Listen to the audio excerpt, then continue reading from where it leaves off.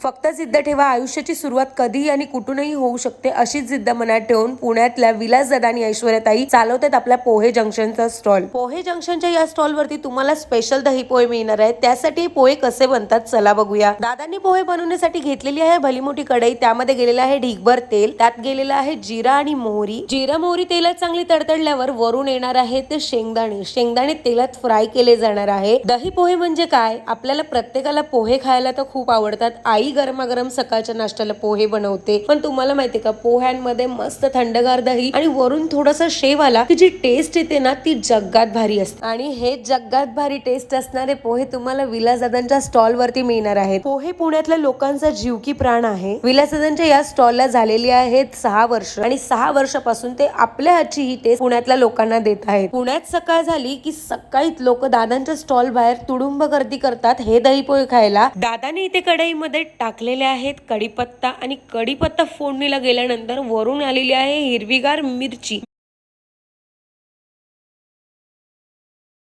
विलासदादांच्या हातचे दही पोहे पांढरे पोहे म्हणून सुद्धा प्रसिद्ध आहेत. हे पोहे जंक्शन पुण्यातला हिडन प्लेस आहे, जिथे तुम्हाला फक्त दही पोहेच नाही तर साबुदाणा खिचडी, मटकी पोहे, शिरा, उपीट, इडली फ्राय आणि रेग्युलर इडली सुद्धा मिळणार आहे. विचार करा एकाच स्टॉलला एवढ्या सगळ्या व्हरायटी, किती भारी ना. पोहे बनवण्यासाठी दादांनी इथे पोहे आधी धुवून घेतलेले आहेत स्वच्छ. त्यानंतर यामध्ये गेलेलं आहे चवीनुसार मीठ आणि वरून आलेली आहे साखर, जेणेकरून या पोह्यांना एक वेगळीच टेस्ट येणार आहे. त्यानंतर दादांनी हे पोहे मिक्स केलेले आहेत. दादांच्या स्टॉल वरती जर तुम्ही उभे राहिला तर तुम्हाला कळेल की इथे कंटिन्यू एका पाठोपाठ एक अशी कढईभर पोहे बनतच असतात आणि ते पण एकदम गरमागरम. दादाने इथे कढईमध्ये पोहे टाकलेले आहेत आणि पोहे टाकल्यानंतर आता हे पोहे एकजीव केले जाणार आहेत, जेणेकरून फोडणी आणि पोहे एकत्र होण्यासाठी. सकाळच्या गारगार थंडीमध्ये एवढे गरमागरम पोहे बनताना बघून तर माझ्या तोंडाला पाणी सुटत होतं आणि माझी आतुरता वाढत चाललेली. मी त्या दादांच्या स्टॉलला मस्त दही पोहे आणि त्यानंतर गरमागरम शिरा टेस्ट करणार आहे. इथे आपले पोहे बनून तयार झालेले आहेत आणि दादानी इथे लिंबू पिळलेला आहे पोह्यांवर,